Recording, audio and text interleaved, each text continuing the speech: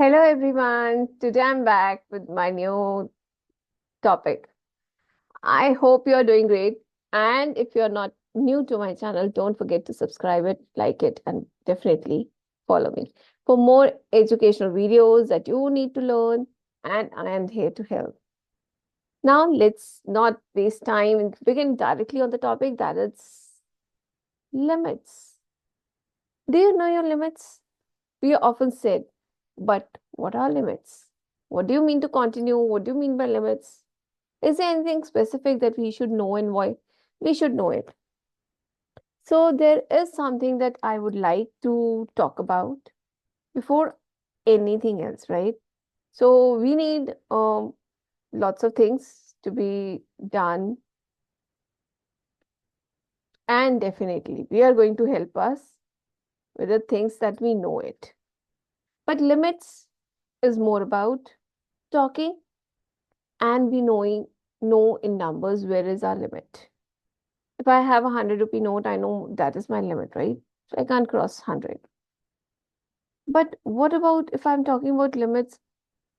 Is it related to any other number? Is it something that I could think of, right? So that's what I need to understand. That's what I need to talk about. So the first thing that I should know about limits is what is my neighborhood? What do you understand by the neighborhood? The first thing that I am asked about, what is my neighborhood? In simple terms, if I understand what is a neighborhood, I would simply say that neighborhood is simply the numbers that help me to know who lives around me. If I'm talking about the number two on a number line, right?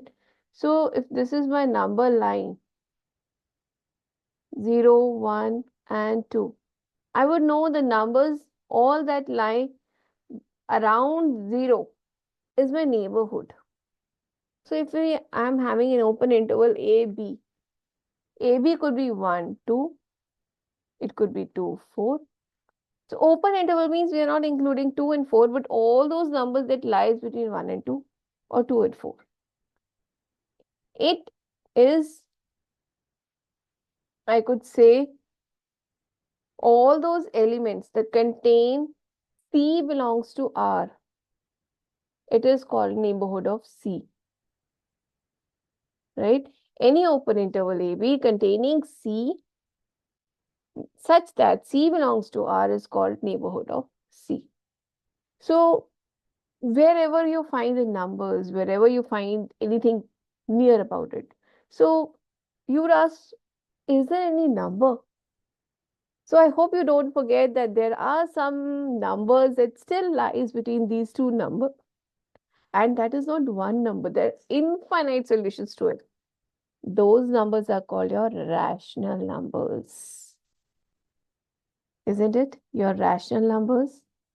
Like 1.5, 1.725, 1.302. They can be infinite many solutions. So these type of numbers are called your rational numbers that lie between any two integers. Those are your rational numbers. That numbers that could be represented in the form of P by Q. That are your rational numbers. That is helps you to know the neighborhood. So once you know the neighborhood, we must know what is the deleted neighborhood of C. Which things we are not included. Deleted means you ignored it. You have not adding it. So there that A is less than C less than B, where A, B, C all belongs to R. I hope you know R is nothing but real numbers. Correct. So R is nothing but real numbers. So then A open bracket AC union CB is a deleted neighborhood of C. So there a question arises, what do you mean by this? Are we taking a union of two groups or union of two sets? Is that so? Yes, definitely. If I am having two numbers A, C, B, right? All these numbers belongs to my real numbers. I have AC one group, CB another group. I'm taking the union of these two. And I know there are infinite many numbers over here, infinite numbers over here. So I could say that all these numbers that lie here and here are my deleted neighborhood of C, because I am using only this number. I am not including these numbers. I'm not including these numbers. I'm including only the C and very closest neighborhood of C. Right? So that is my deleted neighborhood of C, where A, C, open interval, these numbers, these numbers are called deleted neighborhood of C, that is not included. So what do you mean by left neighborhood of C? The numbers that lie on the left, that is the left neighborhood. That numbers lie to the right, that is the right neighborhood of C. So you have open interval and closed interval. I hope you remember that is open interval means that you will exclude the items that are written in open. A and C you will exclude. Rest numbers you will include. Same way, if you have the right numbers, C you will include, but AC you won't include. Interval AC is called your left interval AC is called your left neighborhood of C, and left deleted neighborhood of C means that you are deleting those items, that is your AC, right? That is left deleted neighborhood of C. Same way, if I have a right neighborhood, obviously I would be using the other way around, that C is here, B is here. I'm including all these elements that lie here in between, but I'm excluding this number B. I'm excluding this number. So this is right deleted neighborhood of C. So I have discussed what is the neighborhood of C, what is the left neighborhood of C, what is the right neighborhood of C, and how you are including those numbers. If you're not including those numbers, then what are you including? You're deleting this, you're deleting this. What is the thing? So there is a system for that. That is called the symmetry. I hope you remember symmetry, that you see your reflection, you could overlap the things, right? Same way, symmetric neighborhood of C. So interval C minus delta plus C plus delta is called the symmetric neighborhood of C. This point C that lies on the neighborhood, a little, very little here, very little here. That is the symmetric neighborhood of C. Where delta, this is called your delta, right? That is included number. As I said, it's an open interval, so we'll just remove only C. That is your symmetric neighborhood of C. For your symmetric neighborhood of C, we could see that there lies a number. 0 is less than x minus c less than delta, where you are taking mod of x minus c. When you take a mod, then you need to talk about the negative and the positive. It lies between positive and the negative. So I could see c minus delta is less than x is less than c plus delta. Now you must wonder what is it and how it came. So as you could see, x minus c mod is less than delta. So it could be x is less than c plus delta. Taking this c to the other side. But because it is a mod, it would be from negative c minus delta less than c less than c plus delta. So that would be this way, where c does not belongs to x. Sorry, x is not equal to c. Otherwise, it would be a 0. Yes. So x belongs to c minus delta by c plus delta, where x is not equal to c. X is such a number where x belongs to c minus delta, c union c, c plus delta. We have uses the deleted neighborhood of C, the union that we just did it is represented in the same way. C minus delta C, union C, C plus delta. So we are including only C. So X belongs to deleted neighborhood of C. Simple as that. The deleted neighborhood of C. Now question arises how we are going to pinpoint it. Is there any other thing? Yes, it is.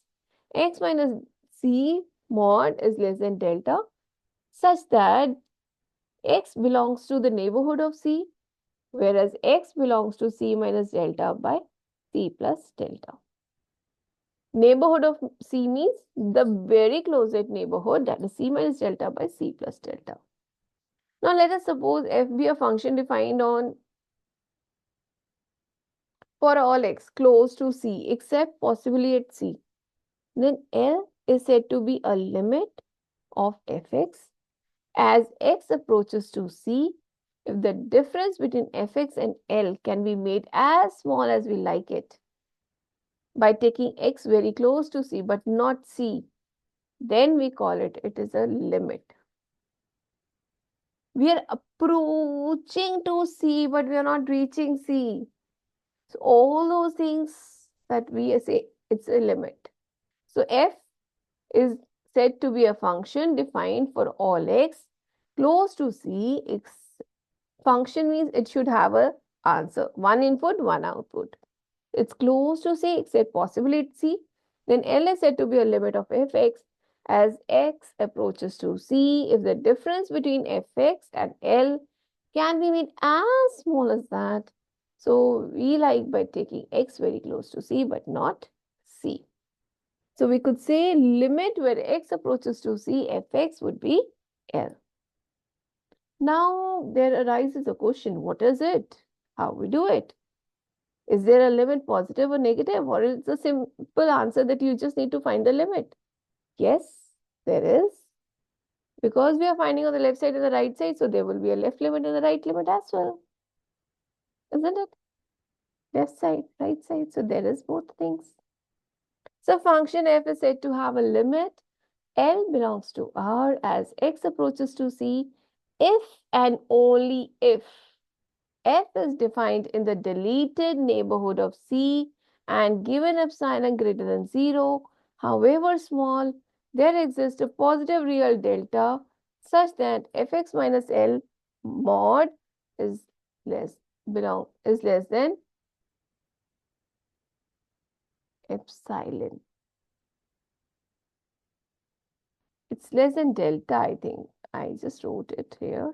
I need to write it delta. Fx minus x minus L is less than delta for all x such that 0 is less than x minus C less than delta. So limit x approaches to C, fx is equal to L. So we have fx minus L mod is less than delta. That's very, very small. So let's see, is there a limit and how it exists?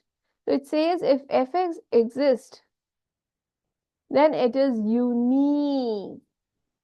Unique means it's only one. Let's suppose that limit x approaches to C, fx is equal to L, and limit x approaches to fx is equal to L dash. Let's assume that there are two values such that L is not equal to L dash. Is it possible? Let's see. Are you ready? Dive in. So dive in. So let's suppose let L minus L dash is equal to epsilon greater than 0. So we can say let x approaches to C, fx is equal to L. This implies given epsilon greater than 0, there exists a positive number delta such that fx minus L is less than epsilon by 2. For this, we need to talk about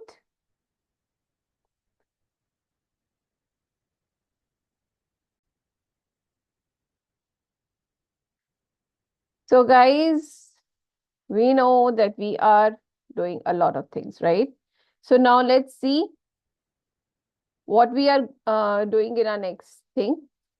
We were talking about that fx exists and it is unique, right? So fx minus L is less than epsilon by 2 for 0 less than x minus c less than delta 1. Now I assume that it is less than delta 1 and delta 2 for two little quantities, right? It has two values L and L dash, where L is not equal to L dash. For given epsilon greater than 0, however small, there exists a positive number delta 2, where fx minus L dash less than epsilon by 2 for 0x minus c is less than delta by 2. Is there a possibility? Let's see if we can find the minimum of delta 1 and delta 2. So where were we? Yeah. So we discussed that minimum of delta 1 and delta 2. From 1 and 2, we could say that fx minus L is less than epsilon by 2 for 0 less than x minus c less than delta. And fx minus L dash is less than epsilon by 2 for 0 less than x minus c less than delta. Both are true for two conditions. But how is it possible? That means L minus L dash mod should be less than equal to L minus fx plus fx minus L mod. That means there exists something. That means it should be equal to minus fx minus L plus fx minus L dash. Fx minus L plus fx minus L dash. Because we know negative x mod is mod x only. So less than epsilon by 2 plus epsilon by 2. Because this value we know that this is epsilon by 2. This is also less than epsilon by 2. So we both know that this is equal to epsilon, less than epsilon, which is not at all possible. First one I said that is less than epsilon by 2. So our supposition is wrong. Limit x approaches to c fx, if exists, is surely unique. It is only one value, not two values. Because if we assume two values, it is not getting to be the correct one. So our assumption is incorrect, right? So we can talk about left limit and the right limit. They exist or not. So fx, limit x approaches to c negative, is said to be a left limit if and only if epsilon greater than 0, however small, there exists a positive real delta depending upon epsilon such that fx minus L is less than epsilon for all x in c minus delta by c. In that group, if there exists one value less than epsilon, then that is the left limit. Right limit, if function f is said to have right limit, L belongs to real numbers. As x approaches to c, written as x, limit x approaches to c positive, fx is equal to L, if and only if, given epsilon greater than 0, however small, there exists a positive real delta depending upon epsilon such that fx minus L is less than epsilon. For all x in c, c plus delta. This is c minus delta by c. This is c, c plus delta. So we have included all, that is c minus delta, c and c plus delta. So this is the range that we are following. This is your left limit, this is your right limit. So we have one particular value, that is c itself. So if fx exists, limit fx, x approaches to c negative and fx limit x approaches to c both exist and are equal. So that means if we say that they are equal, someone says no, it's not equal. Let's see if it is not equal. Let it assume to be L. Given epsilon greater than 0, however small they exist, delta depending upon epsilon such that fx minus L less than epsilon for 0 less than x minus c less than delta. Fx minus L is less than epsilon for c minus delta less than x less than c plus delta, x is not equal to c. That means fx minus L is less than epsilon for c minus delta less than x less than c and c less than x less than c plus delta. Again, you get the two things, c minus delta c union c c plus delta. Okay, so you get this thing. So we are getting this. So if it is true, that means limit x approaches to c negative, fx is equal to L is equal to, so we get this term, right? So if it exists, are equal, I can say, right? If fx exists, limit x approaches to c negative, fx, limit x approaches to c positive fx, both exist and are equal. So conversely, we can see if limit x approaches to c negative fx is equal to L, limit x approaches to c positive fx, for given epsilon to 0, there, however small, there exists one point, that is fx, where x, c, where it is the values equal, right? So we can say that this is exactly according to the points, and we need to know about the points itself, right? And we can talk about the points and the other things as well. So now we need to know how we are going to talk about it, how we need to solve it. But we will be doing it in our next session. So don't forget to watch the next video with where I'm going to talk about limits and the continuity in sequence according to your syllabus. So I'm waiting for you, and you should be there along with the notes, along with the questions, and I'm here to help you there, right? Don't forget to like, subscribe, and save my channel so you don't miss out any of the videos where I'm going to talk about limits and the continuity in sequence, and we will learn calculus with great detail. Bye everyone. Have a nice day, and do like it. If you have any doubts, don't forget to comment it. I will be replying to all of your doubts. And for any particular classes, my number would be there. You could ask for a personalized classes, right? Thank you.